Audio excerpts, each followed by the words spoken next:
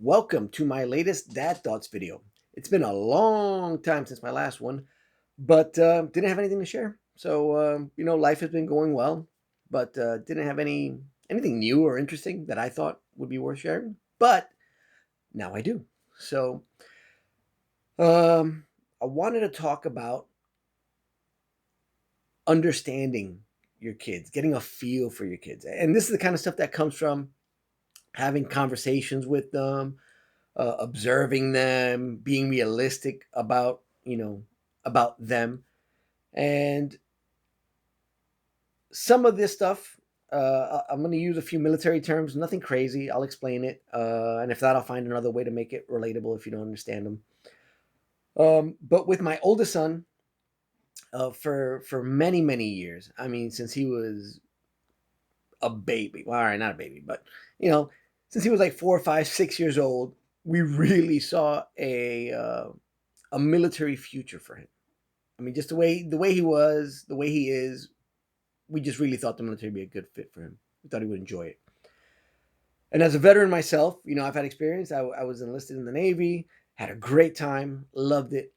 But if you speak to a veteran, for the most part, at least enlisted veterans, when their kids want to go in the military, we usually all say the same thing. It's like when my kid goes in, he'll go in, or she'll go in, but as an officer. And the difference is the officers get more money, better living conditions, better food. They're the leaders in the military, and it's just a different lifestyle. And then the enlisted people are the ones out there, doing certain jobs and things like that. And it's fantastic. Either way, I love I love the armed forces. But with my son, I was saying the same things. Like when you go in as an officer, get your college education first, and based off those things that we were talking about, we had been getting our son, or my wife and I, have been getting our son ready uh, to get a scholarship that included a path to a commission. And this kid, he was into it. He was doing everything we asked, everything that, not just because we asked it, because it was part of the requirements in order to qualify for these things. You need to do all this background work. So, I mean, this kid is out there keeping his grades up, extracurricular activities, part time job, sports, volunteer opportunities, everything, everything. And he's doing a great job. And, generally, he's a good kid. I'm very biased. It's my son. What am I going to say, right? But I think generally he's a very good kid. And I saw this for him. I thought, yeah, I'm going to send him out there. He's going to do great. He's going to be an officer. And now he just turned 17. He's a senior, and now all these packages are coming together so that he can apply for the scholarships and get on this path. And I started looking at my son, and I just didn't see that this was the path. Um, I still wanted him to go to college, and I thought that was a good idea just because certain things he wants to do in the future after the military, you need a degree. So I figured, okay, we got to do that. But being an officer in the military, I was like, ooh, I don't know. And what I mean by that, I don't think he'd enjoy being in the military as much as an officer as he would if he were enlisted. And this means, just different living conditions, different paychecks, different food, all these little things that, I thought would be cooler one way. I don't think he'd enjoy them. And I'm not saying one is better than the other, but the way he is, I was like, oh man. And if I send him down this path, which I thought would be better, and if you talk to a lot of other people, like, oh, that's a much better decision, I don't think he'd be happy. And I had to sit down and have this long talk with my wife, and we both came to the same conclusions. Like, wow, for what he wants to do in the military, it probably won't be the best decision for him. He might either not stay in as long because he'll do it and then just like, all right, it's not really what I wanted, and then get out, or maybe resent us a bit because, all right, you sent me down this thing and I didn't get to do all the cool things that I wanted to do for as long as I wanted to do them. So we talked to some friends, did some more research, and discussed this with him and said, listen, I know you've been getting ready for this. I also know what you want to do, and I think I might have made a mistake.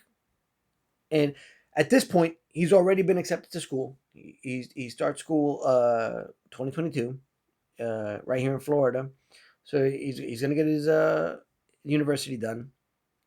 But the military part of it, that was the tricky bit, because that's what he's using to pay for school. He was either going to get a scholarship or use the National Guard or the reserves to pay for this stuff.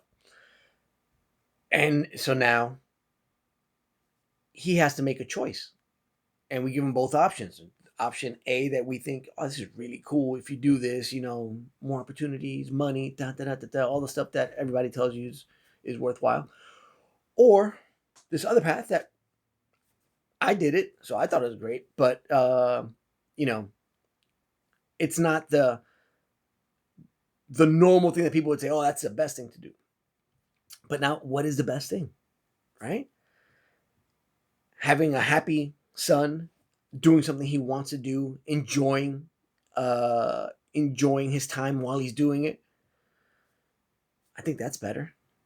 So we sat down, we had to talk, and he said, "Look, I really would rather be enlisted because I get to do all the cool things that I want to do. If I go in as an officer and try to do the same job, I do it some of the time, but I'm in the background making sure that the enlisted guys can do the things they need to do, make sure they have the right training, equipment, and things like that. But I'm not out there doing it with them the whole time." And I said, "Well, you're right. And if that's going to make you happier, let's go ahead and explore this path. And like we do with everything else, let's find the best way to get this done." So it was a short time for me to make that decision, to talk to my son about it, but I did feel relief afterwards. And now in regular life, where does this come into play? Right? Some people, they'll have their kids come at them and say, "Look, I think I want to be a plumber. I think I want to do real estate after high school. I don't want to go to college. I want to be a plumber, a carpenter, welder, backpacker, whatever it might be." And look at your kids. You know, I see something now as I'm older of people that have gone to school for certain things, thinking this is what they wanted to do because parents, society, whatever pushed this on them and made them think it was a good idea.